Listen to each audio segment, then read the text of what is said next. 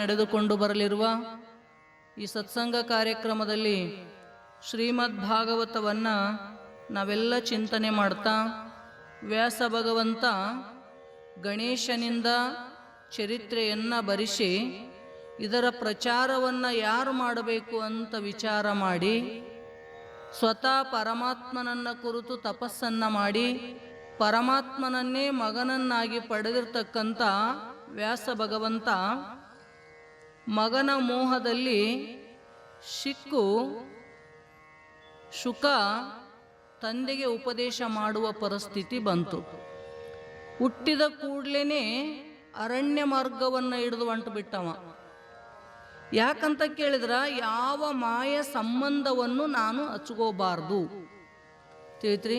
ಪರಮಾತ್ಮನ ಜೊತೆ ಸಂಬಂಧವನ್ನು ಬೆಳೆಸಬೇಕು. ನಾನು ಕಂಡಿರ್ತಕ್ಕಂಥ ಆನಂದವನ್ನು ಜಗತ್ತಿನ ಜೀವಾತ್ಮರಿಗೆ ಕೊಡಬೇಕು ಅಂತಕ್ಕಂಥ ಉದ್ದೇಶದಿಂದ ಹೊಂಟ. ಮಗ ಹೋದ ಅಂದ್ರೆ ವಾಪಸ್ ಬರಂಗಿಲ್ಲ, ಹೆಂಗಾದ್ರೂ ಮಾಡಿ ಇವನು ಉಳಿಸ್ಕೋಬೇಕು ಅಂತ ತಿಳ್ಕೊಂಡು ವ್ಯಾಸ ಓಡ್ತಿದ್ದ ಹಿಂದ. ಹೋಗಬೇಡ ಮಗ, ಹೋಗಬೇಡ, ನೀ ನನ್ನ ಬಿಟ್ಟು ಹೋಗಬೇಡ ಅಂತ ಹೇಳ್ತಿದ್ದ. ಅವ ಅಂತಾನ, ನೀ ಯಾರ ಮಗ ಯಾರಪ್ಪ ಅಂದವ. ಯಾರಪ್ಪ ಅದರ, ಯಾರ ಮಗ ಅದರ? ಹೌದ್ರಿ. ಎಷ್ಟೋ ಜನ್ಮದಲ್ಲಿ ನಾನು ಮಗನಾಗಿ ಹುಟ್ಟಿದೆ, ಅಪ್ಪನಾಗಿ ಹುಟ್ಟಿದೆ, ಸ್ತ್ರೀಯಾಗಿ ಹುಟ್ಟಿದೆ. ಎಷ್ಟೋ ಜನ್ಮಗಳನ್ನು ನಾವೆಲ್ಲ ತಗೊಂಡವರೇ ಇದ್ದೀವಿ. ನಮಗ ಜನ್ಮದ ರಹಸ್ಯ ಗೊತ್ತಿಲ್ಲ. ಗೊತ್ತದ ಏನ್ರಿ? ನಾವೆಷ್ಟು ಜನ್ಮದೊಳಗ ಹುಟ್ಟಿ ಬಂದೀವಿ ಅಂತ ಶಾಸ್ತ್ರ ಗಂಟಾ ಘೋಷವಾಗಿ ಹೇಳುತ್ತದ. ಎಲ್ಲ ಜನ್ಮದೊಳಗ ಅವ್ವ ಅಪ್ಪನ ಪಡೆದವ್ರೇ ನಾವು. ಅವ್ವ ಅಪ್ಪ ಆದವ್ರು ಅದೀರಿ, ಹೌದಿಲ್ರಿ? ಅದಕ್ಕೆ ಶಿಶುನಾಳ ಶರೀಫ ಸಣ್ಣ ಮಗು ಇದ್ದಾಗ ಹುಡುಗರ ಜೊತೆ ಆಟ ಆಡ್ತಿದ್ದ. ದೊಡ್ಡದ ಗಿಡದ ಕೆಳಗೆ ಆಡ್ತಿದ್ರಂತ. ಈಗ ಹುಡುಗರು ಮನೆಗೆ ಟಿವಿ ಮುಂದೆ ಕುಂದಿರ್ತಾವ, ಹೌದಿಲ್ರಿ? ಈಗ ಆಡೋದೇ ಗೊತ್ತಿಲ್ಲ ಮಕ್ಕಳಿಗೆ. ಫೋನು ಟಿವಿ ಇತ್ತಂದ್ರೆ ಜಗತ್ತು ಬೇಡ, ಯಾರು ಬೇಡ. ನಿಮ್ಮದು ಪರಿಸ್ಥಿತಿ ಹಂಗಾಗ್ಯದ, ಅವ್ರದ್ದು ಪರಿಸ್ಥಿತಿ ಹಂಗಾಯ್ಕೊಂತ, ಹೌದಿಲ್ರಿ? ಅವಾಗಿಂದಕ್ಕೆಲ್ಲ ಚಿಣಿ, ಗೋಲಿಗುಂಡ ಇಂಥವೆಲ್ಲ ಆಡ್ತಿದ್ವು ನೋಡ್ರಿ ಮಕ್ಕಳು. ಹಂಗ ಎಲ್ಲ ಹುಡುಗರು ಕೂಡಿ ಆಟ ಆಡ್ತಿದ್ವಂತ. ಗೋವಿಂದ ಭಟ್ರು ಸಂಚಾರ ಮಾಡ್ತಾ ಆ ದಾರಿಯಿಂದ ಹೊಂಟಿದ್ರಂತ. ಹೋಗುವಾಗ ಏನಾಯ್ತು ಅಂದ್ರ ಹುಡುಗರು ನೋಡಿ ಯಾರೋ ಮಹಾತ್ಮರದರಂತ ಆಡ್ತಿದ್ರು. ಶರೀಫ ಓಡ್ಕೋತ ಹೋದಂತ. ಮಹಾತ್ಮರು ಬಂದಾರ, ಅವ್ರ ಪಾದಕ್ಕೆ ಬೀಳ್ಬೇಕು, ನಮಸ್ಕಾರ ಮಾಡ್ಬೇಕಂತ ಓಡ್ಕೋತ ಹೋಗಿ ಸಾಷ್ಟಾಂಗ ನಮಸ್ಕಾರ ಹಾಕಿದ. 7-8 ಹುಡುಗರು ಆಟ ಆಡಕತ್ತವು, ಯಾವ ಬರಲಿಲ್ಲ. ಗುರುಗಳದಾರ, ನಮಸ್ಕಾರ ಮಾಡ್ಬೇಕಂತ ಭಾವ. ಆದ್ರೂ ಶರೀಫ ನಮಸ್ಕಾರ ಮಾಡಿದ್ದು ನೋಡಿ ಮಹಾತ್ಮರಿಗೆ ಬಹಳ ಪ್ರೀತಿ ಅನಿಸ್ತಂತ. ಬಹಳ ಪ್ರೀತಿ ಅನಿಸಿ ಅವ್ರಂದ್ರಂತ, ನೀ ಯಾರ ಮಗ ಇದ್ದೀಯಪ್ಪ ಅಂತ ಕೇಳಿದ್ರಂತವ್ರು. ಏನು ಕೇಳಿದ್ರಂತ್ರಿ? ನೀ ಯಾರ ಮಗ ಇದ್ದಿ ಅಂದ್ರು. ಅವಾಗ ಅವ ಅಂದಂತ, ನಾ ಯಾರ ಮಗ ಇದ್ದೀನಿ ಅಂತ ಯಾವ ಜನ್ಮದೊಳಗಿನ ಅಪ್ಪನ ಹೆಸರು ಹೇಳಿ ಅಂದಂತಾವ. ಯಾವ ಜನ್ಮದಾಗಿನ ಅಪ್ಪನ ಹೆಸರು ಹೇಳಿ? ಈಗ ಹುಟ್ಟಿಸಿರ್ತಕ್ಕಂಥ ಅಪ್ಪನ ಹೆಸರು ಹೇಳು. ಇಂದ ಎಷ್ಟೋ ಜನ್ಮದೊಳಗ ನಾನು ಹುಟ್ಟಿ ಬಂದಿನಲ್ಲ, ಆ ಅಪ್ಪದೇರ ಹೆಸರು ಹೇಳು ಅಂತ ಪ್ರಶ್ನೆ ಮಾಡಿದಂತವ. ಸಣ್ಣ ಹುಡುಗರಿ, ಎಂಥ ಬಾಯಿ, ಅಷ್ಟು ಸಣ್ಣ ವಯಸ್ಸಿನೊಳಗೆ ಇಂಥ ಪ್ರಶ್ನೆ ಕೇಳಿ ಆಶ್ಚರ್ಯ ಅನಿಸ್ತಂತ ಗೋವಿಂದ ಭಟ್ರಿಗೆ. ಆಯ್ತಪ್ಪ ನಡಿ, ನಿಮ್ಮ ಅಪ್ಪನ ಹತ್ರ ಕರ್ಕೊಂಡೋಗಂತ ಮನೆಗೆ ಬಂದು ಅವ್ರ ಅಪ್ಪಗೆ ಬೇಡಿದ್ರಂತ. ನೀನ ಬೇಡಿದ್ದು ಕೊಡ್ತಿದ್ದೇನಪ್ಪ ಅಂತ ಕೇಳಿದ್ರ, ಏನ್ ಬೇಡ್ತೀರಪ್ಪ ಕೊಡ್ರಿ, ಕೊಡೋದು ನನ್ನ ಹತ್ರ ತಾಕತ್ತಿತ್ತು ಅಂದ್ರ ನಾ ಅದನ್ನ ಕೊಡ್ತೀನಿ ಅಂತಂತ ಅಂದಾಗ, ನೀ ಮಗನ್ನ ನನಗೆ ಕೊಟ್ಟು ಬಿಡು ಅಂದಂತ ಗೋವಿಂದ ಭಟ್ರು. ಯಾರನ್ರಿ? ಶರೀಫರನ್ನ. ನಿನ್ನ ಮಗನ್ನೇ ನಾನು ಉಡಿಯಾಗ ಹಾಕಿ ಬಿಡು ಅಂತ ತಿಳ್ಕೊಂಡು ಅವತ್ತು ಶರೀಫನನ್ನ ನಾನು ಶಿಷ್ಯ ಆಗಕ್ಕೆ ಯೋಗ್ಯ ಅದನಂತ ಕರ್ಕೊಂಡು ಹೋದ್ರು ಅವ್ರು, ಹೌದಿಲ್ರಿ? ಸಮಾಜಕ್ಕೆ ವಿರುದ್ಧವಾಗಿ ಅವನಿಗೆ ದೀಕ್ಷೆಯನ್ನ ಕೊಟ್ರು. ಅಷ್ಟೇ ಅಲ್ಲ, ಎಂತ ನೋಡೋದ್ರೊಳಗನೆ ಕವಿತೆಗಳನ್ನ ಬರಿತಕ್ಕಂಥ ಸಾಮರ್ಥ್ಯ ಶರೀಫನಿಗೆ ಗುರು ಗೋವಿಂದ ಭಟ್ರಿಂದ ಬಂತಲ್ಲ. ಅದಕ್ಕ ಏನು ಉತ್ತರ ಹೇಳಿದ್ದವ? ಯಾವ ಜನ್ಮದ ಅಪ್ಪನ ಹೆಸರು ಹೇಳಿ ಅಂದ ನೋಡ್ರಿ, ಹೌದಿಲ್ರಿ? ಅವನಿಗೆ ಗೊತ್ತದ, ಎಷ್ಟೋ ಜನ್ಮದೊಳಗೆ ನಾ ಹುಟ್ಟೀನಿ, ನನಗೆ ಹುಟ್ಟಿಸಿರ್ತಕ್ಕಂಥ ಅಪ್ಪದೇರು ಅದಾರ, ತಾಯಿದೇರು ಅದಾರ, ಎಷ್ಟೋ ಜನ್ಮದ ಗಂಡ ಆಗಿರಿ, ಹೆಂಡತಿ ಆಗಿರಿ, ಮಕ್ಕಳಾಗಿರಿ, ಎಲ್ಲ ಸಂಬಂಧದೊಳಗನೆ ಬಂದಿದ್ದದ ಜೀವ. ಅಂದ ಬಳಿಕ ಅವ ಕೇಳ್ತಾನ, ಶುಕ, ನಮಗ್ ಗೊತ್ತಿಲ್ಲ, ಅದು ಗೊತ್ತಿಲ್ಲ.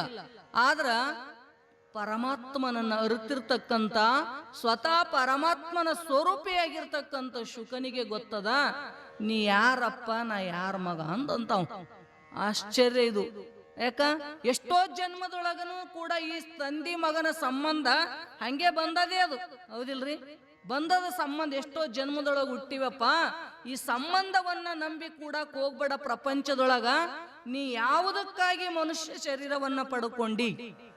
ಎದಕ್ಕಾಗಿ ಬಂದದ? ಪರಮಾತ್ಮನ ಸಲುವಾಗಿನೇ ಈ ಮನುಷ್ಯ ಜನ್ಮ ಪಡ್ಕೊಂಡು ಬಂದಿದೆ. ಪರಮಾತ್ಮನ ಬೆನ್ನತ್ತೆ ಹೊರತು ಈ ಮಗನ ಮೋಹದೊಳಗ ನನ್ನ ಬೆನ್ನತ್ತಕ್ಕೆ ಹೋಗ್ಬೇಡ.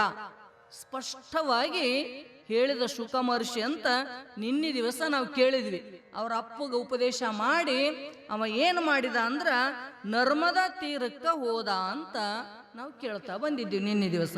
ಯಾವಾಗ ನರ್ಮದಾ ತೀರದೊಳಗೆ ಹೋದ, ಶ್ರೀ ಸುಖದೇವ್ಜಿನೇ ಕಹಾ ಹೈ ಕಿ ನರ್ಮದಾ ಇಸ್ ಕಿನಾರೆ ಪರ್ ಮೈ ಬೈಠ್ತಾ ಹೂಂ, ನಾನು ಈ ದಂಡಿಗೆ ಕೂತ್ಕೋತೀನಿ, ಅವ್ರ ಸಾಮ್ನೆ ಕಿನಾರೆ ಆಪ್ ವಿರಾಜಿಯೇ, ನೀವು ಎದುರಿನ ದಂಡಿ ಒಳಗ ಆ ದಂಡಿ ಒಳಗ ನೀವಿರ್ರಿ, ನಾನು ಈ ದಂಡಿ ಒಳಗೆ ಇರ್ತೀನಿ. ಪಿತಾಜಿ ಅಬ್ ಮೇರಾ ಧ್ಯಾನ ಚೋಡ್ದು ಹೇಳ್ತಾನವ ವ್ಯಾಸನಿಗೆ, ನೋಡಪ್ಪ ನೀ ನನ್ನ ಧ್ಯಾನ ಮಾಡಾಕ ಹೋಗ್ಬೇಡ, ನೀ ನನ್ನ ಬಗ್ಗೆ ವಿಚಾರ ಮಾಡಬೇಡ, ನಾ ಮಗ ಅನ್ನೋ ತಲೆಗಿಂದು ತೆಗೆದು ಬಿಡು. ನಿನ್ನ ಧ್ಯಾನ ಎಲ್ಲಿರ್ಲಿ ಅಂದ್ರೆ ಪರಮಾತ್ಮನಲ್ಲಿ ಇರ್ಲಿ. ಪರಮಾತ್ಮನನ್ನ ಸದಾ ಧ್ಯಾನ ಚಿಂತನೆ ಮಾಡೇ ಹೊರತು ನನ್ನ ಧ್ಯಾನ ನಿನಗ ಉದ್ಧಾರ ಮಾಡಂಗಿಲ್ಲ ಅಂತ ಹೇಳಕತ್ತಾನವ. ಮೇರಾ ಧ್ಯಾನ ನ ಕರೋ ದೂಸರೆ ಚಾಹೆ ಆಗೆ ಮುझे देखते रहे परंतु ಧ್ಯಾನ ತೋ ಪರಮಾತ್ಮ ಕಾ ಹಿ ಕರೋ.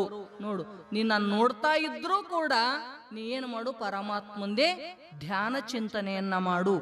ಜೋ ಪರಮಾತ್ಮ ಕಾ ಪೀಚೆ ಪಡ್ತಾ ಹೈ ವಹಿ ಜ್ಞಾನಿ ಹೈ. ನೋಡ್ರಿ, ಹೇಳಿದ್ರು ಅವರು, ಯಾರು ಪರಮಾತ್ಮನ ಬೆನ್ನತ್ತಾರ, ಪರಮಾತ್ಮನಿಂದ ಹೋಗ್ತಾರ, ಅವನೇ ಏನಾಗ್ತಾನ? ಜ್ಞಾನಿ ಆಗ್ಲಿಕ್ಕೆ ಬರ್ತದ. ನನ್ನಿಂದ ಬೆನ್ನತ್ತಿದ್ರೆ ಏನಾಗ್ತಿದೆಪ್ಪ? ಮತ್ತಿಷ್ಟು ಮೋಹದೊಳಗ ಸಿಕ್ಕೊಂಡು ಜನ್ಮ ಮರಣಕ್ಕೆ ಬೀಜ ಗಟ್ಟಿ ಮಾಡ್ಕೋತೀವಿ ನಾವು, ಹೌದಿಲ್ರಿ? ಆ ಬೀಜ ಗಟ್ಟಿ ಆಯ್ತು ಅಂದ್ರ ಅದನ್ನ ಕಳ್ಕೊಳಕ್ ಎಷ್ಟು ಜನ್ಮ ಬರ್ಬೇಕಾಗ್ತದ ಯಾರಿಗ್ ಗೊತ್ತದ? ಅದಕ್ಕೆ ಅವ್ರಂತಾರ, ನೀ ಏನು ಮಾಡು ಅಂತ ಕೇಳಿದ್ರ ಪರಮಾತ್ಮನ ಬೆನ್ನ ಯಾರು ಹತ್ತಾರ ಅವನೇ ಏನಾಗುತ್ತಾನಂದ್ರ ಜ್ಞಾನಿ ಆಗ್ತಾನ. ಪೈಸೆಗೆ ಪೀಚೆ ಮತ್ ಪಡು. ನಮಗೆ ಹೇಳಕತ್ತಿದ್ರು ಅವ್ರು ಏನಂತ? ನೀನು ದುಡ್ಡಿನ ಬೆನ್ನ ಹತ್ತಾಕ ಹೋಗಬೇಡ. ಯಾಕಂದ್ರ ಜಗತ್ತು ಎಲ್ಲನೂ ಎಲ್ಲಿ ಬೆನ್ನತ್ತದ ಅಂದ್ರೆ ಸಂಪತ್ತಿನ ಕಡೆನೆ ಮುಖ ಮಾಡಿ ಹೊಂಟದ, ಹೌದಿಲ್ರಿ? ಅದನ್ನೇ ಗಳಿಸ್ಬೇಕು, ಅದನ್ನೇ ಪಡ್ಕೋಬೇಕಂತ ನಾವೇನು ಅನಿತ್ಯವಾಗಿರ್ತಕ್ಕಂಥ ವಸ್ತುಗಳ ಬೆನ್ನತ್ತಿ ಹೊಂಟಿವಲ್ಲ, ಅವ್ರಂತಾರ ಪರಮಾತ್ಮನ ಬೆನ್ನತ್ತಿದೆ ಅಂದ್ರೆ ಜ್ಞಾನಿ ಆಗುತ್ತಿದೆ. ಪ್ರಪಂಚದ ಬೆನ್ನತ್ತಿದ ಅಂದ್ರೆ ಏನ್ ಪಡ್ಕೊಳಕ್ ಸಾಧ್ಯ ಆಗ್ತದ? ಮತ್ತು ಪ್ರಪಂಚನೇ ಗಟ್ಟಿಯಾಗಿ ಕೂಡ್ತದ. ಅದಕ್ಕೆ ನೀವು ರೊಕ್ಕದ ಬೆನ್ನತ್ತಕ್ಕೆ ಹೋಗಬೇಡ. ಪರಂತು ಪರಮಾತ್ಮಕ್ಕೆ ಪೀಚೆ ಪಡು.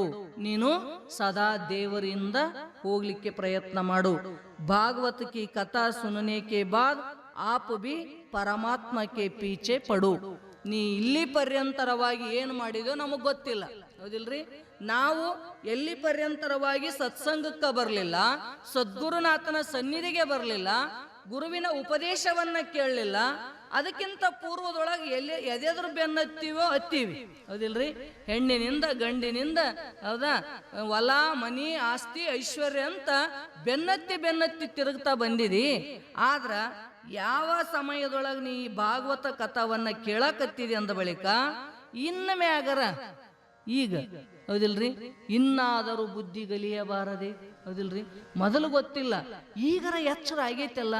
ಮಹಾತ್ಮರು ಶಾಸ್ತ್ರಗಳು ನಿರಂತರವಾಗಿ ನಮ್ಮನ್ನು ಎಚ್ಚರ ಮಾಡಾಕತ್ತಾವಲ್ಲ, ಹೇಳಕತ್ತಾರಲ್ರಿ. ಎಷ್ಟೋ ಜನ್ಮದೊಳಗ ಎದೆದಕ್ಕೋ ನೀನು ಆಯುಷ್ಯವನ್ನ ಹಾಳು ಮಾಡ್ಕೊಂಡಿದೆಪ್ಪ.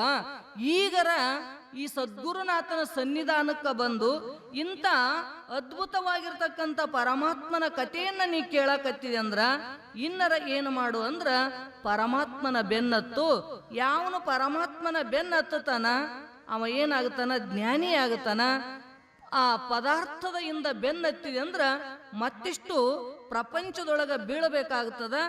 ಈಗ ಈ ಕಥೆಯನ್ನ ಕೇಳಿದ ಬಳಿಕ ನೀ ಏನು ಮಾಡಂದ್ರ ಪರಮಾತ್ಮನಿಂದನೇ ಹೋಗ್ಲಿಕ್ಕೆ ಪ್ರಯತ್ನ ಮಾಡು, ನಿರಂತರವಾಗಿ ಅವನ ಧ್ಯಾನವನ್ನ ಮಾಡು ಅಂತ ತಿಳ್ಕೊಂಡು ಪರಮಾತ್ಮ ಕೆ ಪೀಚೆ ಪಡು, ತಬಿ ಕಥಾಶ್ರವಣ ಸಾರ್ಥಕ ಹೋಗ. ಅವಾಗ ಮಾತ್ರ ನೀನು ಇಲ್ಲಿ ಬಂದು ಕುಂತು ಟೈಮ್ ಕಳ್ಕೊಂಡು ಮಹಾತ್ಮರ ಮಾತು, ಈ ಭಾಗವತ ಕಥೆಯನ್ನ ಕೇಳಿದ್ದು ಸಾರ್ಥಕ ಆಗುತ್ತದ.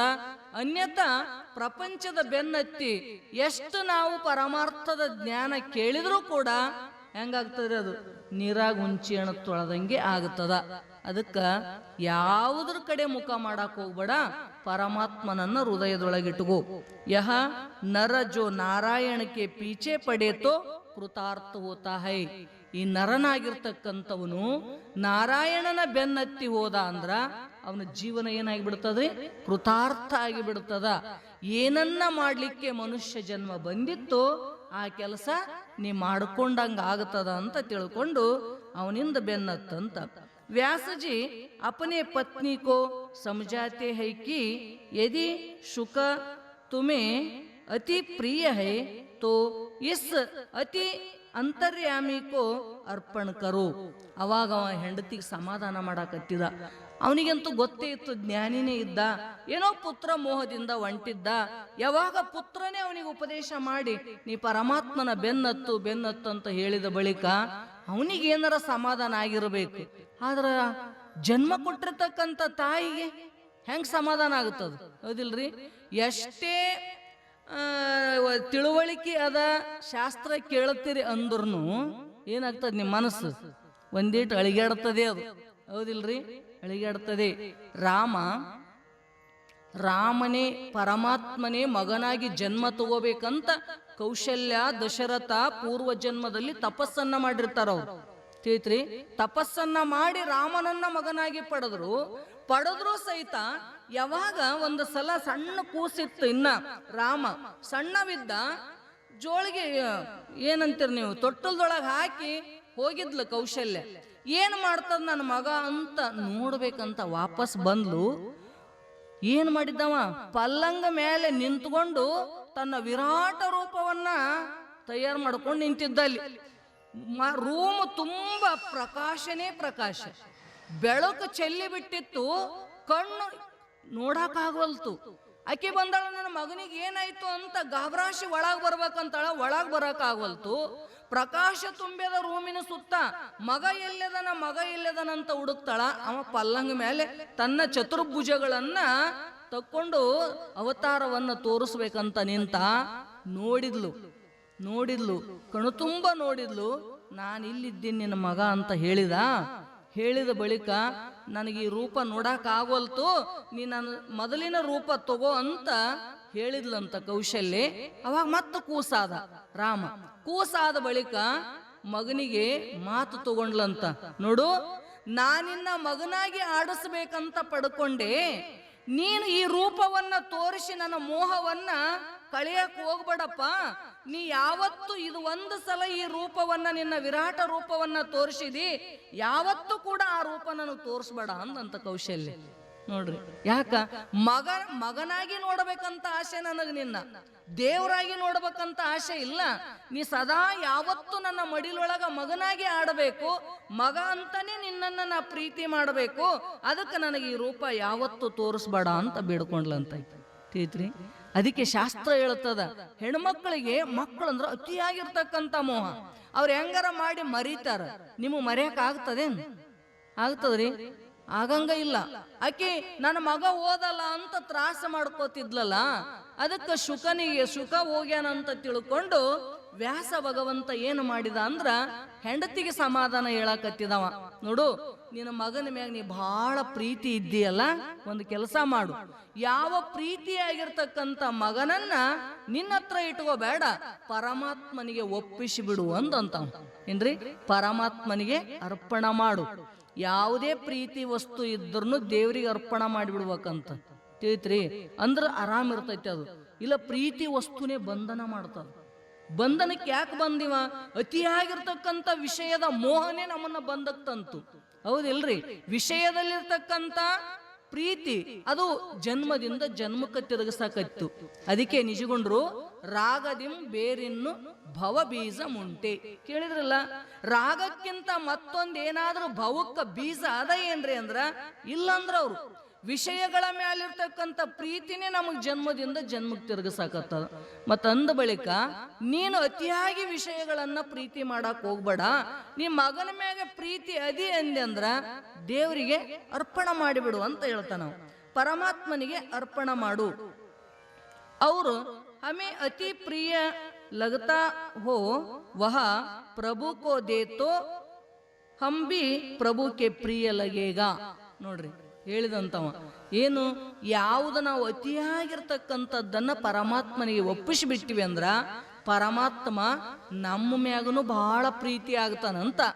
ಆ ವಸ್ತು ನೀ ಕೊಟ್ಟಿ ಅಂದ್ರ ನಿನ್ನನ್ನ ಪರಮಾತ್ಮ ಪ್ರೀತಿ ಮಾಡ್ತಾನ, ಅದಕ್ಕೆ ನೀ ಕೊಡು ಅಂತ ಹೇಳಕತ್ತಾನ. ಐಶೆ ಸರ್ವಭೂತ ಹೃದಯ ರೂಪ ಸರ್ವಭೂತ ಹೃದಯ ಸ್ವರೂಪ ಮೇರೆ सद्गुरु श्री सुखदेव जी को चरणों में मैं बारंबार वंदन करता हूँ.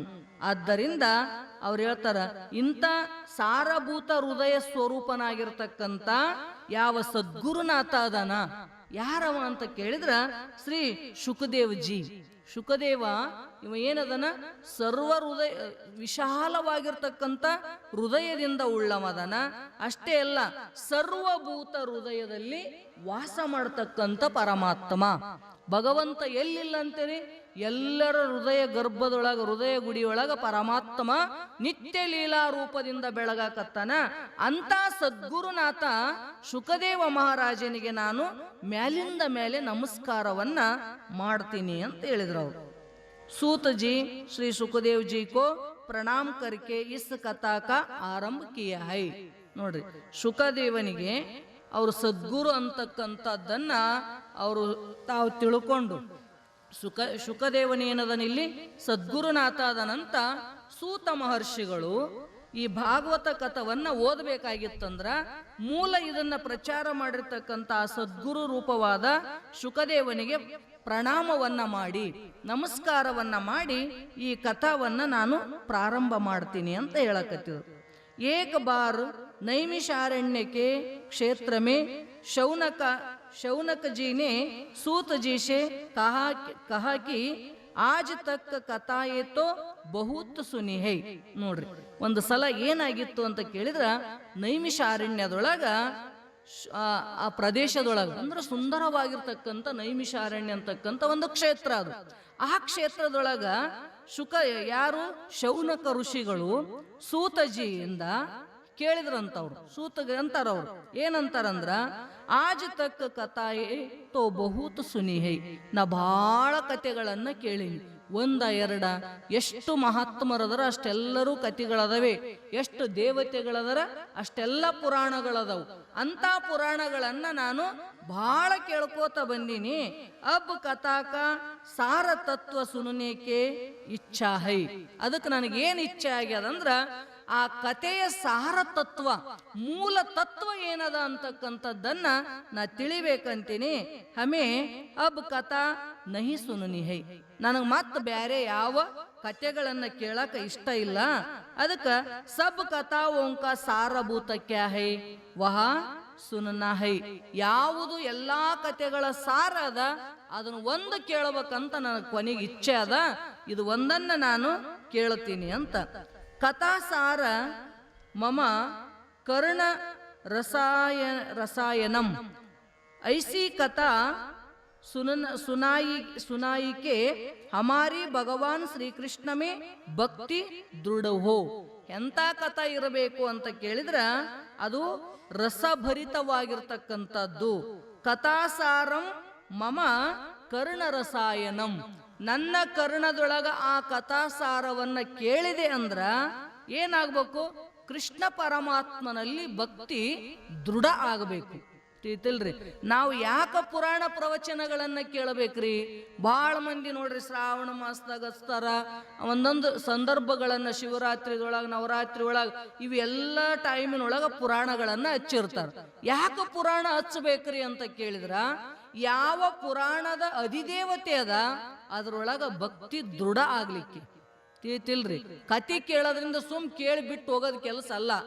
ನಾವು ಕೇಳಕತ್ತೀವಿ ಅಂದ್ರ ಆ ಕಥೆಯ ನಾಯಕನಾಗಿರ್ತಕ್ಕಂಥ ಪರಮಾತ್ಮ ಯಾರಿರ್ತಾನ ಅವನೊಳಗ ನಿಷ್ಠಾ ಬಲಿಬೇಕು.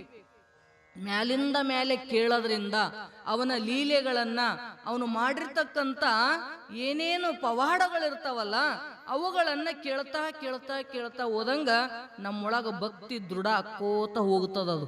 ನೋಡಿರ್ಬೇಕಾದ್ರೆ ನೀವು ಯಾವುದನ್ನ ಭಾಳ ಕೇಳ್ತಿರ್ತೀರಿ ಅದ್ರ ಮೇಲೆ ಭಾಳ ಪ್ರೀತಿ ಇರ್ತದ. ಯಾವ ದೇವ್ರಿಗೆ ಭಾಳ ಸಲ ಹೋಗ್ತೀರಿ ಆ ದೇವ್ರ ಮೇಲೆ ಪ್ರೀತಿ ಹುಟ್ಟುತ್ತದೆ. ಅದು ಯಾವ ದೇವ್ರ ಪುರಾಣ ಭಾಳ ಕೇಳ್ತೀರಿ ಆ ದೇವ್ರ ಮೇಲೆ ಭಕ್ತಿ ಹುಟ್ಟುತ್ತದೆ. ಅದು ಸ್ವಭಾವದ ಅಂತಾರವ್ರು.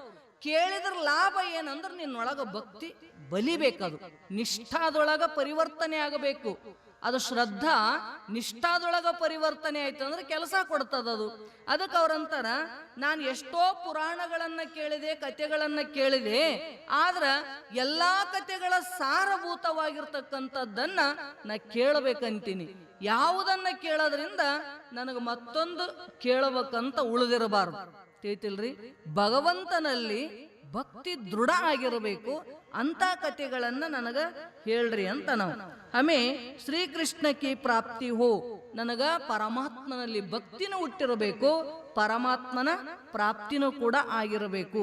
ಜೈಸೆ ಮಕ್ಕನ್ ಸಬಕಾ ಸಾರ ಹೈ, ಹೆಂಗ ಬೆಣ್ಣೆ ಎಲ್ಲದರ ಸಾರ ಅದ ನೋಡ್ರಿ. ಹಾಲಿನ ಸಾರ ಏನಂದ್ರೆ ಬೆಣ್ಣೆ, ಹೌದಿಲ್ರಿ? ಬೆಣ್ಣೆ ಎದ್ರಾಗಿಂದ ಅದದು? ಹಾಲಿನ ತುಂಬೆಲ್ಲ ಅದದು, ಹೌದ್ರಿ? ಹಾಲಿನೊಳಗೆ ಬೆಣ್ಣೆ ಐತಿ. ಅದು ಯಾವಾಗ ಅದನ್ನ ನಾವ್ ಏನ್ ಮಾಡ್ಬೇಕು, ಕಾಶಿ ಕಟ್ಟೋದು ಮಾಡಿದಂದ್ರೆ ಏನಾಗ್ತದ, ಬೆಣ್ಣೆ ಬರ್ತದ. ಹಾಲಿನ ಸಾರವೇ ಹೆಂಗ ಬೆಣ್ಣೆ ಇರುತ್ತದಲ್ಲ, ಹಂಗ ವೈಶ್ಯ ಸಬಕ ಸಾರ ಶ್ರೀಕೃಷ್ಣ ಭಗವಾನ್ ಹೈ. ಅದಕ್ಕೆ ಎಲ್ಲ ಪುರಾಣಗಳ ಸಾರನೇ ಯಾರದರಂತ ಕೇಳಿದ್ರ ಶ್ರೀಕೃಷ್ಣ ಪರಮಾತ್ಮ ಅದನ. ಆ ಪರಮಾತ್ಮನ ಭಕ್ತಿಯನ್ನ ನಾವು ಹುಟ್ಟಿಸ್ಕೊಳ್ಳೋ ಸಲುವಾಗಿ ಈ ಕಥೆಯನ್ನ ಕೇಳಬೇಕಂತೀನಿ ಅಂತ ಶೂತ ಶೌನಕಾದಿಗಳ ಜೊತೆಗೆ ಈ ಮಾತನ್ನ ಚರ್ಚೆ ಮಾಡಿದ್ರು ಅವರು. ಶ್ರೀ ಠಾಕೂರ್ ಜಿ ಕೋ ಮಕ್ಕನ್ ಬಹುತ್ ಪ್ರಿಯ ಹೈ, ಗೊತ್ತದ ನಿಮಗೆ? ಪರಮಾತ್ಮ ಕೃಷ್ಣನಿಗೆ ಬೆಣ್ಣೆ ಅಂದ್ರೆ ಬಹಳ ಪ್ರೀತಿ. ಕೇಳಿರಿ ನೀವು ಅವನ್ ಲೀಲಾ, ಎಲ್ಲರ ಮನೆಗೆ ಹೋಗಿ ಬರೀ ಬೆಣ್ಣಿನೇ ಕದ್ದಾನವ, ಹೌದಿಲ್ರಿ? ಬೆಣ್ಣೆ ಕದಿಯೋದು ತಿನ್ನೋದು ಎಲ್ಲ 4-6 ಮಂದಿ ಗೆಳೆಯರು ಕುಡ್ಕೊಂಡು ಮನಿ ಗೋಪಿಕಾ ಸ್ತ್ರೀಯರ ಮನೆಯೆಲ್ಲ ಓಡಾಡ್ತಿದ್ದ, ಬರೀ ಬೆಣ್ಣಿನೇ ಕದಿತಿದ್ದ. ಅದಕ್ಕೆ ಅವನಿಗೆ ಮಕ್ಕನ್ ಚೋರ ಅಂತ ಕರಿತಿದ್ರು, ಹೌದಿಲ್ರಿ? ಕಳ್ಳ ಕಳ್ಳ ಅಂತ. ಅದರ ತಾತ್ಪರ್ಯ ಏನು ಅಂದ್ರ, ಬೆಣ್ಣೆ ಕದಿಯಕ್ಕೆ ಅವನಿಗೇನು ಇದ್ದಿದ್ದಿಲ್ಲೇನು? ಯಶೋಧನ ಮನೆಗೆ ಬೆಣ್ಣೆ ಇರ್ಲಿಲ್ಲೇನು? ಎಲ್ಲರೂ ತಂದು ಅಲ್ಲೇ ಕೊಡ್ತಿದ್ರು ಕರೆ, ಹೌದಿಲ್ರಿ?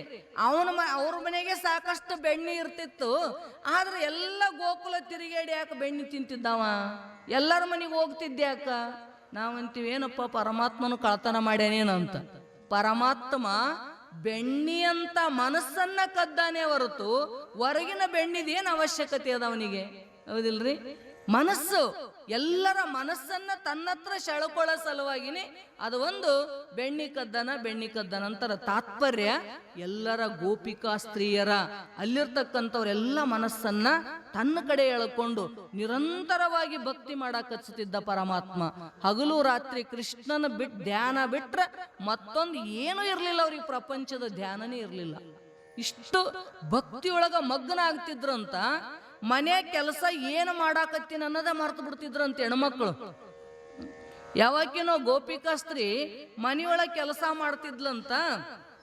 ಮಾವ ಊಟಕ್ಕೆ ಕೊಡು ಅಂದಂತವ. ಮಾವ ಊಟಕ್ಕೆ ಕೊಡು ಅಂತ ಹೇಳಿದ್ರ ಏನ್ ಮಾಡಿದ್ಲಂತ, ಹುಲ್ಲು ತಂದು ಮಾವನ ಮುಂದೆ ಇಟ್ಲಂತ. ಮನೆಗಿನ ಅಡಿಗೆ ಒಯ್ದು ಆಕಳ ಮುಂದೆ ಇಟ್ಟಿದ್ಲಂತ. ಆಕಿ ಗೊತ್ತೇ ಇಲ್ಲ ಆಕಿಗೆ ಏನ್ ಮಾಡಾಕತ್ತೀನಂತ. ಒಳಗ್ ಧ್ಯಾನ ಯಾರ್ದೈತೆ ಆಕಿಗೆ? ಕೃಷ್ಣನ ಧ್ಯಾನದ. ಇದಕ್ಕೇನು ಹುಚ್ಚಿಡುದ ಅಂತ ಬೈತಿದ್ರು ಅಂತ ಎಲ್ಲರೂ. ಅಷ್ಟು ಭಕ್ತಿಯೊಳಗ ಉನ್ಮತ್ತರಾಗಿ ತಿರುಗಿರ್ತಕ್ಕಂಥವ್ರು ಗೋಪಿಕಾ ಸ್ತ್ರೀಯರು. ಅದಕ್ಕೆ ಭಕ್ತಿ ಆಚಾರ್ಯರು ಅಂತ ಕರ್ಕೊಂಡು ಬಂದದ ಶಾಸ್ತ್ರ ಅವರಿಗೆ. ತಿಳಿತಿಲ್ರಿ? ಪರಮಾತ್ಮ ಎಲ್ಲಿ ಹೋದ್ರು ಅವ್ರಿಗೆ ಯಾರು ಕಣ್ಣಿಗೆ ಕಾಣ್ತಿದ್ದಿಲ್ಲ, ಎಲ್ಲಿ ನೋಡಿದ್ರು ಅವನದೇ ಧ್ಯಾನ. ಏನು ಮನೆಯ ಕೆಲಸ ಮಾಡಾಕತ್ತೀವಿ ಅನ್ನೋದನ್ನ ಮರ್ತಿರ್ತಿದ್ರಂತ ನೋಡಿ ಹೆಣ್ಮಕ್ಳ್ರಿ. ಆ ರೀತಿಯೊಳಗ ಕೃಷ್ಣ ಭಕ್ತಿ ಒಳಗ ಮೈ ಮರಿತಿದ್ರು ಅವರು. ಅದಕ್ಕ ಪರಮಾತ್ಮ ಏನನ್ನ ಕದಿತಾನ ಅಂದ್ರ ಮನಸ್ಸನ್ನ ಕದಿತಾನ. ತಿಳಿತಿಲ್ರಿ? ಆದ್ರ ಬೆಣ್ಣೆ ಅಂತಕ್ಕಂಥದ್ದು ಪರಮಾತ್ಮನಿಗೆ ಬಹಳ ಪ್ರೀತಿ ಇತ್ತು ಅಂತ ಇವ್ರು ಹೇಳ್ತಾರೆ. ಲಾಲಕ್ಕೂ ಮಕ್ಕನ ಪ್ರಿಯ ಹೈ. ಆದ ಲಾಲ ಕೃಷ್ಣ ಪರಮಾತ್ಮನೇ ಅಂತ ಲಲ್ಲಾ ಲಲ್ಲಾ ಅಂತ ಕರೀತಾರೆ. ಅವನಿಗೆ ಬಹಳ ಮಕ್ಕನ್ ಅಂದ್ರೆ ಬಹಳ ಪ್ರೀತಿ. ಲಲ್ಲಾಕೋ ಮಕ್ಕನ್ ಬಾಹೇರೆ ಕುಚ್ ಅವ್ರ ನ ಕಾಮ್ ಆಯೆ ರೇ. ಅಂದ್ರ ಮಕ್ಕನ್ ಸಬಕಾ ಸಾರ ಹೈ. ಹೆಂಗದು ಮಕ್ಕನ್ ಅಂತಕ್ಕಂಥದ್ದು ಎಲ್ಲದರ ಸಾರ ಅದಲ್ಲ, ಅವರು ಪರಮಾತ್ಮ ಸಾರಭೋಗಿ ಹೈ. ಪರಮಾತ್ಮನ ಏನದನ ಸಾರಭೋಗಿ, ಎಲ್ಲದರ ಸಾರವನ್ನ ಭೋಗಿಸ್ತಕ್ಕಂಥವದನ. ಆಜ್ ತಕ್ ಬಹುತ್ ಗ್ರಂಥ ಪಡೆ ಹೈ. ಅವ್ರಂತಾರ, ನಾವಿಲ್ಲಿ ತನಕ ಎಷ್ಟೋ ಗ್ರಂಥಗಳನ್ನ ಎಷ್ಟೋ ಪುರಾಣಗಳನ್ನ ನಾವು ಓದ್ಕೋತ ಬಂದೀವಿ. ಜಿಸ್ಸೆ ಪರಮಾತ್ಮ ಕೋ ಪ್ರಾಪ್ತ ಕರ್ನ ಹೈ. ನಮಗೇನಾಗ್ಯದ ಅಂದ್ರೆ ಈಗ ಪರಮಾತ್ಮನ ಪ್ರಾಪ್ತಿ ಮಾಡ್ಕೋಬೇಕಾಗ್ಯದ. ಐಸಾ ಸಾಧಕಕ್ಕೂ ಆಜ್ಞಾ ಹೈಕಿ ವಹ ಬಹುತ್ ಗ್ರಂಥ ನ ಪಡೆ. ನಮಗೀಗ ಪರಮಾತ್ಮನ ಪ್ರಾಪ್ತಿ ಮಾಡ್ಕೋಬೇಕಾಗ್ಯದ. ಅದಕ್ಕೆ ಸಾಧಕರಿಗೆ ಹೇಳಕತ್ತಿದ್ರ ಅವರು, ನೋಡಪ್ಪ ನೀ ಬಾಳ ಗ್ರಂಥಗಳನ್ನ ಓದಾಕ ಹೋಗ್ಬೇಡ. ಎಷ್ಟು ಗ್ರಂಥ ಓದ್ತೀವಿ ಅಷ್ಟು ಭ್ರಮದೊಳಗ ಬೀಳ್ತೀವಿ ನಾವು, ತಿಳಿತಿಲ್ರಿ. ಅದಕ್ಕೆ ಶಬ್ದಜಾಲಂ ಮಹಾರಣ್ಯಂ ಚಿತ್ತ ಭ್ರಮಣ ಕಾರಣಂ. ಶಬ್ದ ಜಾಲ ಬಹಳ ದೊಡ್ಡದಾದ ಶಾಸ್ತ್ರ, ಹೌದಿಲ್ರಿ? ಎಷ್ಟು ಓದುತ್ತೀವಿ ಸಂಶಯಗಳೇ ಹೆಚ್ಚಾಗುತ್ತವೆ ಹೊರತು ನಿಸ್ಸಂಶಯವಾಗಿರ್ತಕ್ಕಂಥ ಜ್ಞಾನ ನಮಗ ಆಗವಲ್ತು. ಆ ಗ್ರಂಥ ಅದು ಹೇಳ್ತದ, ಈ ಗ್ರಂಥ ಇದು ಹೇಳುತ್ತದ. ಎಷ್ಟು ಪುರಾಣ ಓದ್ರಿ ನೀವು. ಒಬ್ಬ ಶಿವ ಶ್ರೇಷ್ಠ ಅಂತಾರ, ಒಬ್ರು ದೇವಿ ಶ್ರೇಷ್ಠ ಅಂತಾರ, ಒಬ್ಬ ವಿಷ್ಣು ಶ್ರೇಷ್ಠ ಅಂತಾರ. ಯಾವುದಂತ ತಿಳ್ಕೊತೀರಿ ನೀವು? ಯಾವುದ್ರೊಳಗ ದೃಢತವನ್ನ ಪಡ್ಕೋತೀರಿ ನೀವು? ಅದಕ್ಕೆ ಅವ್ರಂತಾರ, ನಮಗ ದೇವ್ರು ಬೇಕಾಗ್ಯದ ಇಷ್ಟೇ, ಅದಿಲ್ರಿ? ಪರಮಾತ್ಮ ಬೇಕಾಗ್ಯದ ಅಂದ್ರ ನೀ 100 ಗ್ರಂಥಗಳನ್ನ ಓದಕ್ ಹೋಗ್ಬೇಡ. ಅನೇಕ ಗ್ರಂಥ ಪಡ್ನೇಸೆ ಬುದ್ಧಿ ಮೇ ವಿಕ್ಷೇಪ ಖಡಾ ಹೈ. ನೋಡ್ರಿ, ಬಾಳ ಗ್ರಂಥ ಓದೋದ್ರಿಂದ ಬುದ್ಧಿ ಏನಾಗ್ತದ? ವಿಕ್ಷೇಪ ಆಗಿಬಿಡ್ತದ. ವಿಚಾರ ಮಾಡ್ತಾ ಮಾಡ್ತಾ ವಿಚಾರದ ಕಡೆನೆ ಹೋಗ್ತದೆ ಹೊರತು ಪರಮಾತ್ಮನ ಕಡೆ ಅದರದು ಮುಖ ಆಗಂಗಿಲ್ಲ. ಅದಕ್ಕ ಅಮಾರೇ ಭಗವಾನ್ ಶ್ರೀಕೃಷ್ಣ ಸಾರಭೋಗಿ ಹೈ. ಆದ್ದರಿಂದ ನಮ್ಮ ಪರಮಾತ್ಮ ಹೆಂಗದನಂದ್ರ ಅವ ಸಾರಭೋಗಿ ಅದನ, ಎಲ್ಲದರ ಸಾರ ರೂಪ ಅದನ. ಅತ ವೈಷ್ಣವ ಭಕ್ತ ಸಾರಭೋಗಿ ಹೈ. ಅಂತ ಪರಮಾತ್ಮನ ಭಕ್ತಿಯನ್ನ ಯಾರು ಮಾಡ್ತಾ ಇರ್ತೀವಿ ಅವರೆಲ್ಲರೂ ಕೂಡ ಸಾರಭೋಗಿನೇ ಇರ್ತೀವಿ. ಅತ ಸರ್ವ ಕಥಾವಂಕ ಸಾರ ತತ್ವ ಸುನುನೇಕಿ ಇಚ್ಛಾ ಹುಯಿ ಹೈ. ಆದ್ದರಿಂದ ಎಲ್ಲದರ ಸಾರ ತತ್ವವಾಗಿರ್ತಕ್ಕಂಥ ಕಥೆಯನ್ನ ನನಗೆ ಕೇಳಬೇಕು ಅಂತಕ್ಕಂಥ ಅಪೇಕ್ಷೆ ಆಗ್ಯದ. ಜೀವ ಪ್ರಕೃತಿಗೆ ಭೋಗ ಚೋಡೋ ಅವರು ಕೃಷ್ಣ ಶ್ರೀಕೃಷ್ಣ ಸೇ ಮನ್ ಜೋಡೋ ತೋ ಜೀವ ಬಿ ಶಿವ ಬಂಜಾಯ್. ನೋಡ್ರಿ ಎಷ್ಟು ಚಂದ ಹೇಳ್ತಾರ ಅವರು. ಜೀವ ಪ್ರಕೃತಿಯ ಭೋಗಗಳನ್ನ ಬಿಟ್ಟು ಕೊಡ್ಬೇಕಂತ. ನಾವೆಲ್ಲ ಪ್ರಕೃತಿಯ ಭೋಗದೊಳಗನೆ ಮುಳುಗಿವಿ, ಅದನ್ನೇ ಭೋಗಿಸ್ತಾ ಕುಂತೀವಲ್ಲ. ಈ ಭೋಗ ಪದಾರ್ಥಗಳನ್ನ ಬಿಡು, ಕೃಷ್ಣ ಪರಮಾತ್ಮನ ಜೊತೆ ಮನಸ್ಸನ್ನ ಜೋಡಿಸು, ಸಂಬಂಧವನ್ನ ಬೆಳೆಸ್ಕೋ. ಜೀವ ಏನಾಗುತ್ತಾನ ಅವಾಗ ಅಂದ್ರ ಶಿವಸ್ವರೂಪ ಆಗುತ್ತಾನ, ಶಿವಮಯ ಆಗುತ್ತಾನ. ವಿಷಯದ ಜೊತೆಗೆ ಸಂಬಂಧವನ್ನ ಬೆಳೆಸಿ ನೀನು ದುಃಖಿ ಆಗಕ್ ಹೋಗಬೇಡ ಅಂತ ತಿಳ್ಕೊಂಡು ಸೂತ ಶೌನಕಾದಿಗಳು ವಿಚಾರ ಮಾಡಕತ್ತಿದ್ರಂತವ್ರು. ನಾವೆಷ್ಟೋ ಗ್ರಂಥಗಳನ್ನ ಓದಿದ್ವಿ, ಏನೆಲ್ಲ ಮಾಡಿದೀವಿ ಕರೆ, ಆದ್ರ ನಮಗ್ ಶಾಂತಿ ಸಿಕ್ಕಿಲ್ಲ, ಪರಮಾತ್ಮನ ಪ್ರಾಪ್ತಿ ಆಗಿಲ್ಲ. ಅದಕ್ಕೆ ಇಂತಹದ್ದೊಂದು ಕಥೆಯನ್ನ ಕೇಳಬೇಕಂತೀವಿ. ಯಾವುದನ್ನ ಕೇಳೋದ್ರಿಂದ ನಮಗ ಪರಮಾತ್ಮನ ಪ್ರಾಪ್ತಿ ಆಗ್ತದ, ಪರಮಾತ್ಮನ ಭಕ್ತಿ ದೃಢ ಆಗತದ ಅಂತ ಈ ಕಥೆಯನ್ನ ನಿರಂತರವಾಗಿ ಯಾರು ಶ್ರವಣ ಮಾಡ್ತಾ ಹೋಗ್ತಾನ ಅವನಿಗೆ ಪರಮಾತ್ಮ ಸಿಗುತ್ತಾನೆ. ಯಾಕಂತ ಕೇಳಿದ್ರ ಪರಮಾತ್ಮ ಒಮ್ಮೆ ನಿಶ್ಚಯ ಮಾಡಿದ ಮನಸ್ಸಿನೊಳಗ ಅವನ ಶ್ರದ್ಧೆ ನಿಷ್ಠೆ ಬಲಿತು ಅಂದ್ರ ನೀ ಕರೆಯುವ ಜರುರತ್ತಿಲ್ಲ, ಪರಮಾತ್ಮ ತಾನಾಗಿನೇ ನಿನ್ನ ಹತ್ರ ಬರ್ತಾನ. ಹೌದಿಲ್ರಿ? ನಾವು ಮಾಡ್ಬೇಕಷ್ಟೇ ಕೆಲಸ, ಪರಿಪೂರ್ಣವಾಗಿ ಭಗವಂತನನ್ನ ನಂಬ್ರಿ. ಹೌದ್ರಿ? ಎಲ್ಲವೂ ಪರಮಾತ್ಮನಿಗೆ ಒಪ್ಪಿಸಿಬಿಟ್ವಿ ಅಂದ್ರ, ಪರಮಾತ್ಮನ ನಿರಂತರವಾಗಿ ಚಿಂತನ ಧ್ಯಾನ ನಡೀತು ಅಂದ್ರ ಪರಮಾತ್ಮ ನೀ ಕರಿಯ ಜರುರತ್ತಿಲ್ಲ, ಅವ ನಿನ್ನ ಮನೆ ಮುಂದೆ ಬರ್ತಾನ. ಯಾರ ಗೋಪಿಕೆಯವ್ರು ಕರೆಯಕ್ ಹೋಗ್ತಿದ್ರನು ಕೃಷ್ಣನ್, ಅವ ಹಂಗೆ ತಿರುಗ್ತಿದ್ದ, ಮನಿ ಎಲ್ಲರ ಮನಿ ತಿರುಗುತ್ತಿದ್ದ ಅಂತ. ಯಾಕೆ ತಿರುಗುತ್ತಿದ್ದ? ಅಂತದೇನು ಮೋಡಿ ಮಾಡಿದ್ರ ಅವರು? ಇವನೇ ಎಲ್ಲರಿಗೂ ಮೋಡಿ ಮಾಡ್ಯಾನ. ಹೌದಿಲ್ರಿ? ಇವ ಮನೆಗೆ ಬರ್ಲಿಲ್ಲ ಅಂದ್ರೆ ಸಮಾಧಾನ ಆಗ್ತಿದ್ದಿಲ್ಲ ಅಂತ ಅವ್ರಿಗೆ. ಯಾಕೋ ಕೃಷ್ಣ ಬಂದಿಲ್ಲ ಇವತ್ತು, ಕೃಷ್ಣ ಬಂದಿಲ್ಲ ಅಂತಿದ್ರು ಅಂತ. ಹಗಲು ರಾತ್ರಿ ಕೃಷ್ಣನ ಧ್ಯಾನದೊಳಗ ಮೈ ಮರೆತಿದ್ರು. ಅಂತ ಗೋಪಿಕಾ ಸ್ತ್ರೀಯರಿಗೆ ಆತ್ಮಜ್ಞಾನವನ್ನ ಮಾಡಿಕೊಟ್ಟ ಪರಮಾತ್ಮ ಭಕ್ತಿಯ ದ್ವಾರ ನಮಗ್ಯಾಕೆ ಮಾಡಿಕೊಡಂಗಿಲ್ರಿ? ಕೊಡ್ತಾನ, ನಾವು ನಂಬಂಗಿಲ್ಲ ಪರಮಾತ್ಮನ. ಪರಮಾತ್ಮ ಬಂದದ್ದು ಭೂಮಿಗೆ ಅವತಾರ ಎದಕ್ಕಾಗ್ಯದ ಅಂದ್ರ ಎಲ್ಲರ ಭವದ ಭಾರ ಕಳೆಯಕ್ಕೆ ಬಂದನ ಪರಮಾತ್ಮ. ತಿಳಿತ್ರಿ, ವಜ್ಜಿ ಓಡಿಸ್ಬೇಕಂತ ಇಷ್ಟ ಇಲ್ಲ ಅವನಿಗೆ, ವಜ್ಜಿ ಇಳಿಸಕ್ಕೆ ಬಂದವದಾನ. ಅದಕ್ಕೆ ಹೇಳ್ತಾರ, ಕೃಷ್ಣ ಗೋಕುಲದೊಳಗಿದ್ದಾಗ ಒಂದು ಸಲ ಏನಾಗಿತ್ತಂದ್ರ ಗೋಪಿಕಾ ಸ್ತ್ರೀ ನೀರು ತರಕ್ ಯಮುನಾ ನದಿಗೆ ಹೋಗಿದ್ಲಂತಾಕಿ. ಹಿಂದಕ್ಕೆಲ್ಲ ಮತ್ತೆ ಒಳಗೆ ಹೋಗಿ ತರ್ಬೇಕಿತ್ತಲ್ರಿ, ಯಮುನಾ ನದಿಗೆ ನೀರು ತರಕ್ ಹೋಗಿದ್ಲಂತ. ನೀರು ತರಕ್ ಹೋಗಿದ್ಲು, ಕೃಷ್ಣ ಅಲ್ಲಿಂದ ಹೊಂಟಿದ್ದವ. ಹೆಣ್ಮಗಳು ನೀರು ತಗೊಂಡು ಬರ್ಬೇಕಂತ ತುಂಬಿದ್ಲು ಕೊಡ, ವಜ್ಜಿತ್ತದು. ವಜ್ಜಿತ್ತು, ಯಾರಾದ್ರೂ ಓರ್ಸೋರು ಸಿಗುತ್ತಾರೇನು ಅಂತ ದಂಡಿಗೆ ನಿಂತಿದ್ಲು ನೋಡ್ಕೋತ. ಇವ ಹೊಂಟಿದ್ದ ಕೃಷ್ಣ. ಏ ಕೃಷ್ಣ, ಕೊಡ ಓರ್ಸ ಬಾ, ವಜ್ಜಿ ಆಗ್ಯದ ಅಂತ ಕರ್ಲಂತ. ನೋಡಿದಕ್ಕಿನ್ನ ಹಂಗ ಹೊಂಟಂತ. ಕರಿಯಕತ್ತಿನ ಕೇಳ್ತದಿಲ್ ಕಿವಿ, ದಿನ ಕರೆದಿಲ್ಲ ಅಂದ್ರು ಬರ್ತಿದಿ ಮನಿಗೆ, ಇವತ್ತ್ಯಾಕೆ ಬರವಲ್ಲಾಗಿದಿ? ಕೊಡ ವಜ್ಜಿ ಅದ, ನನಗೊಬ್ಬಕ್ಕಿಗೆ ತಲೆ ಮೇಲೆ ಇಟ್ಕೊಳಕ್ ಆಗಂಗಿಲ್ಲ, ಅದಕ್ಕೆ ಓರ್ಸ್ ಬಾ ಅಂತ ಕರಿತಿದ್ಲು. ಕೇಳಿಸ್ಲಾರ್ದಂಗ ಹೊಂಟ. ಸಿಟ್ಟು ಬರ್ತತಿಲ್ರಿ? ಸಿಟ್ಟು ಬಂತಕ್ಕೆ, ಸಿಟ್ಟು ಬಂತು. ಸಿಟ್ನ್ಯಾಗ ಆ ಕೊಡನೇ ಎಳ್ಕೊಂಡು ತಲೆ ಮೇಲೆ ಇಟ್ಕೊಂಡ್ಲಂತ. ನೋಡಿರ್ಬೇಕಾದ್ರೆ ಸಿಟ್ನ್ಯಾಗ ಶಕ್ತಿ ಜಾಸ್ತಿ ಇರ್ತದ ಮನುಷ್ಯಾಗ. ಯಾವ್ದು ಮಾಡ್ಬೇಡಂತ ಅದು ಮಾಡ್ತಾನೆ ಅವ. ಸಿಟ್ಟು ಬಂತ, ಬಾ ಇನ್ನೊಮ್ಮೆ ನೀನ್ ಮನಿ ಕಡೆ ಅಂತ ಪಟ್ನ ತಲೆ ಮ್ಯಾಗ ಇಟ್ಕೊಂಡ್ಲು. ಹೊಂಟ್ಲ್ರಿ, ಭಾರಿ ಸಿಟ್ಟಿಲಿ ಹೊಂಟಿದ್ಲು. ಹೋಗೋದ್ರಾಗ ಆಕಿ ಮನಿ ಮುಂದೆ ಇದ್ದೀವ, ಆಕಿ ಮನಿ ಮುಂದೆ ಅದಾನ. ಆಕಿ ಬರಕತ್ತಿದ್ಲು, ಇಲ್ಲಿ ಯಾಕೆ ಬಂದ ನೀವು? ಅಲ್ಲಿ ಓರ್ಸ ಕರೆದು ಕೇಳಾರ್ದಂಗ ಬಂದಾನ, ಬರೋದ್ರಾಗ ಇಲ್ಲಿ ನಿಂತಾನ. ಮಾಡ್ತಂತ ಸಿಟ್ಟಿಲಿ ಒಳಗೆ ಹೊಂಟಿದ್ಲು, ಕೊಡ ಇಳಿಸ್ಕೊಳಕ್ ಹೋದಂತ. ಮತ್ ಸಿಟ್ಟು ಬರುತ್ತಿಲ್ಲ, ಅವಾಗ ಕರೆದ್ರು ಬಂದಿಲ್ಲ ಓರ್ಸಾಕ, ಈಗ ಯಾಕೆ ಇಳಿಸ್ಕೋತಿ? ನೀ ಏನ್ ಇಳಿಸೋದ್ ಜರತ್ತಿಲ್ಲ ಅಂತಿದ್ಲ ಅಂತ ಆಕಿ. ನೀ ಏನ್ ಇಳಿಸೋದ್ ಬೇಕಾಗಿಲ್ಲ, ಇಲ್ಲ ನಾ ಇಳಿಸ್ತೀನಿ ಅಂದಂತ. ಬೇಡ, ಓರ್ಸಕ್ಕೆ ಬಂದಿಲ್ಲ ಅಂದ್ರೆ ಇಳಿಸಕ್ಕೆ ಯಾಕೆ ಬಂದಿದೆ ಅಂದ್ಲಂತ. ಪರಮಾತ್ಮ ಅಂದಂತ, ನೋಡವ, ನಾ ಜಗತ್ತಿಗೆ ಅವತಾರ ತಗೊಂಡದ್ದು ಪ್ರಪಂಚದ ಭಾರ ಓರ್ಸಾಕಲ್ಲ, ನಿನ್ನ ಪ್ರಪಂಚದ ಭಾರ ಇಳಿಸಾವಿದ್ದೀನಿ, ಅದಕ್ಕೆ ಓರಿಸ್ಲಿಲ್ಲ ನಿನಗ ಅಂದಂತ. ಅದಕ್ಕೆ ಓರ್ಸಾಕ್ ಬಂದಿಲ್ಲ, ಈಗ ಇಳಿಸ್ಕೋತೀನಿ ಅಂದಂತ. ಗೊತ್ತಾಗ್ಬೇಕಲ್ರಿ ಇದು ಮರ್ಮ. ಪರಮಾತ್ಮನ ಮರ್ಮ ತಿಳಿದವ್ರಿಗೆ ತಿಳಿತಿದೆ, ಎಲ್ಲರಿಗೆ ಹಂಗೆ ತಿಳಿತದ. ಅಷ್ಟು ಪ್ರೇಮ ಭಕ್ತಿಯನ್ನ ಹುಟ್ಟಿಸಿ ಅವರಿಗೆ ಮೋಕ್ಷದ ಮಾರ್ಗವನ್ನ ತೋರಿಸಿರ್ತಕ್ಕಂಥ ಕೃಷ್ಣ ಭಗವಂತನ ನಿರಂತರವಾಗಿರ್ತಕ್ಕಂಥ ಚಿಂತನ ಯಾರು ಮಾಡ್ತಾರ ಅವರಿಗೆ ಪರಮಾತ್ಮ ತಾನೇ ಶಿವಸ್ವರೂಪರನ್ನಾಗಿ ಮಾಡ್ತಾನ.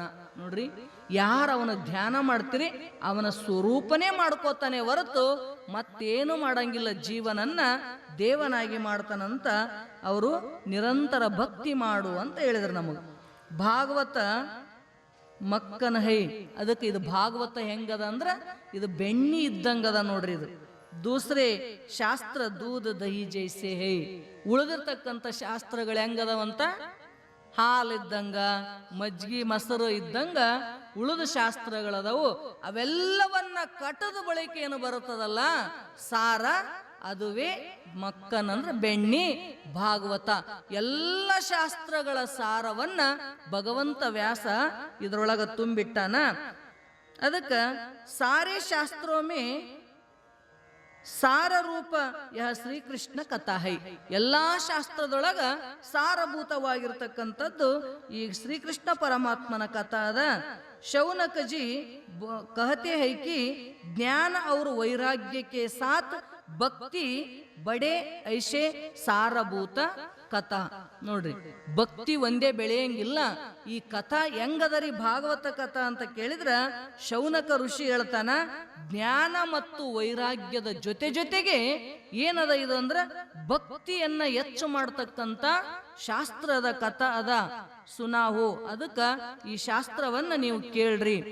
ಜ್ಞಾನ ಬಡೆ ಭಕ್ತಿ ಬಡೆ ಐಸೆ ಸಾರ ತತ್ವ ಸುನಾಯೆ ಕಿ ಜಿಸಸೆ ಹಮ್ ಭಗವಾನ್ ಪ್ರತ್ಯಕ್ಷ ದರ್ಶನ್ ಕರೆ. ಆದ್ದರಿಂದ ನೀವೇನು ಮಾಡ್ರಿ ಅಂತ ಕೇಳಿದ್ರ ಭಕ್ತಿಯನ್ನ ಹೆಚ್ಚು ಮಾಡ್ಕೋತ ಆ ಜ್ಞಾನವನ್ನ ಹೆಚ್ಚು ಮಾಡ್ತಾ ಮಾಡ್ತಾ ಆ ಸಾರ ತತ್ವವನ್ನ, ಏನು ಭಾಗವತ ಅದಲ್ಲ ಸಾರ ತತ್ವ, ಇದನ್ನ ಕೇಳ್ತಾ ನೀವು ಪರಮಾತ್ಮನ ಪ್ರತ್ಯಕ್ಷವಾಗಿ ದರ್ಶನವನ್ನ ಮಾಡ್ಲಿಕ್ಕೆ ಬರ್ತದ. ಜ್ಞಾನ ವೈರಾಗ್ಯಕ್ಕೆ ಸಾಥ್ ಭಕ್ತಿ ಬಡ್ನೆ ಕೇಲಿಯೇ ಯಹ ಕಥಾ ಹೈ. ಜ್ಞಾನ ಮತ್ತು ವೈರಾಗ್ಯವನ್ನ ಹೆಚ್ಚು ಮಾಡ್ತಾ ಮಾಡ್ತಾ ಭಕ್ತಿಯನ್ನ ಹೆಚ್ಚು ಮಾಡ್ತಕ್ಕಂಥದ್ದು ಇದು ಗ್ರಂಥ ಅದ.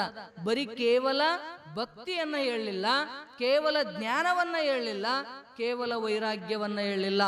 ಮೂರನ್ನೂ ಕೂಡ ಮೂರರಲ್ಲಿನೂ ಕೂಡ ಪರಿಪೂರ್ಣತ್ವವನ್ನು ತಂದು ಕೊಡ್ತಕ್ಕಂಥದ್ದು ಈ ಶ್ರೀಮದ್ ಭಾಗವತ ಕಥಾದ. ಕಥಾ ರೋನೆ ಕೇಲಿಯೇ ಹೋತಿ ಹೈ. ಅದಕ್ಕೆ ಮಹಾನ್ भक्तों के महान पुरुषों के ಚರಿತ್ರೆ ಸುನ್ಕರ್ ಹಮೇ ಜ್ಞಾನ ಹೋತಾ ಹೈ.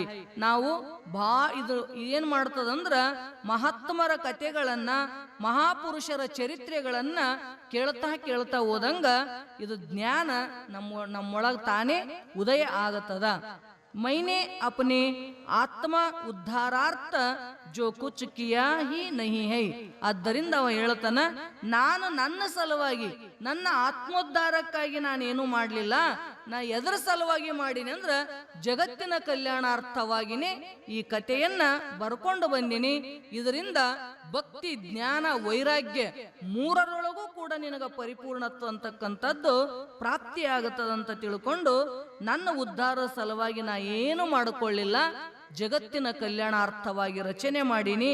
ಅದರ ಸಲುವಾಗಿನೇ ಸುಖದೇವ ಮಹಾರಾಜನೂ ಕೂಡ ಭಗವಂತ ಅವನ ರೂಪದೊಳಗ ಅವತಾರವನ್ನ ತಗೊಂಡು ಜಗತ್ತಿನೊಳಗ ಇದನ್ನ ಪ್ರಚಾರ ಮಾಡಾಕತ್ತಾನ. ಅಂದ ಬಳಿಕ ಮಹಾತ್ಮರು ನಿನ್ನ ಕೆಲಸ ಏನದ ಬರೆದಿಟ್ಟಾರ. ಪುಣ್ಯಾತ್ಮರು ನೋಡ್ರಿ ಎಷ್ಟು ವಿಸ್ತಾರವಾಗಿ ಬರೆದಾರ. ಇದು ನಾವು ಇದನ್ನ ಸ್ವಲ್ಪ ಹೇಳಿ ಬೇರೆ ಬೇರೆ ವಿಷಯ ತಗೊಂಡು ಬಂದ್ವಿ ಅಂದ್ರೆ ಮುಂದೆ ಓಡಂಗಿಲ್ಲ ಇದು ಗ್ರಂಥ. ಇದ್ರಾಗ ಇದ್ದದ್ದೇ ಹೇಳಿದ್ರೆ ಎಷ್ಟೋ ಅದ, ಮತ್ತೆ ಇದಕ್ಕಿಂತ ವಿಶೇಷವಾಗಿನೂ ಹೇಳಾಕ ಬರ್ತದ. ಎಷ್ಟು ವರ್ಷ ಆದ್ರೂ ಮುಗಿಯಂಗ ಇಲ್ಲದ ಗ್ರಂಥ, ಅಷ್ಟು ವಿಸ್ತಾರದ ಭಾಗವತ ಕಥಾ.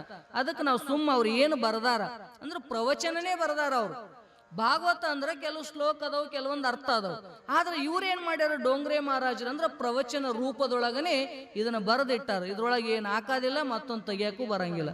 ಅಷ್ಟು ಪರಿಪೂರ್ಣವಾಗಿರ್ತಕ್ಕಂಥ ಜ್ಞಾನವನ್ನ ಪುಣ್ಯಾತ್ಮರು ನಮ್ಮ ಸಲುವಾಗಿ ಬರ್ಕೊಂಡು ಬಂದಾರ. ನೀ ಶ್ರದ್ಧಾ ಭಕ್ತಿ ನಿಷ್ಠಾದಿಂದ ಕೇಳಷ್ಟೇ ಅಂತಾರ ಅವ್ರು. ಕೇಳಿ ಅದರಂಗ ನಡೆದಿ ಅಂತ ಕೇಳಿದ್ರ ನೀನು ಜ್ಞಾನಿ ಆಗುತ್ತೀರಿ. ಪರಮಾತ್ಮನ ಪ್ರತ್ಯಕ್ಷ ದರ್ಶನವನ್ನ ಮಾಡಿಕೊಳ್ತಕ್ಕಂಥ ತಾಕತ್ತು ನಿನ್ನೊಳಗ ಬರ್ತದ. ಆ ಶಕ್ತಿಯನ್ನ ತುಂಬಿನೇ ಈ ಭಾಗವತ ಗ್ರಂಥವನ್ನ ನಾವು ರಚನೆ ಮಾಡಿವಿ ಅಂತಕ್ಕಂಥ ಮಾತನ್ನ ಇಲ್ಲಿ ಮಹಾತ್ಮರು ನಮಗೆ ತಿಳಿಸ್ತಾ ಇದ್ದಾರೆ. ಅಂದ ಬಳಿಕ ಇನ್ನೂ ಇದು ಮಹಾತ್ಮೆನೇ ಮುಗುದಿಲ್ಲ, ಇನ್ನು ವಿಸ್ತಾರವಾಗಿ ಹೇಳೋರದಾರ. ಮತ್ತು ನಾಳೆ ಏನ್ ಹೇಳ್ತಾರ ಅನ್ನೋದನ್ನ ಚಿಂತನ ಮಾಡೋಣ ಅಂತ ಹೇಳ್ತಾ ನನ್ನ ಎರಡು ತೊದಲು ನುಡಿಗಳನ್ನು ಸದ್ಗುರುನಾಥ ನುಡಿದ ಅವರುಗಳಲ್ಲಿ ಅರ್ಪಿಸ್ತಾ ಇದ್ದೀನಿ. ಹರಿ ಓಂ.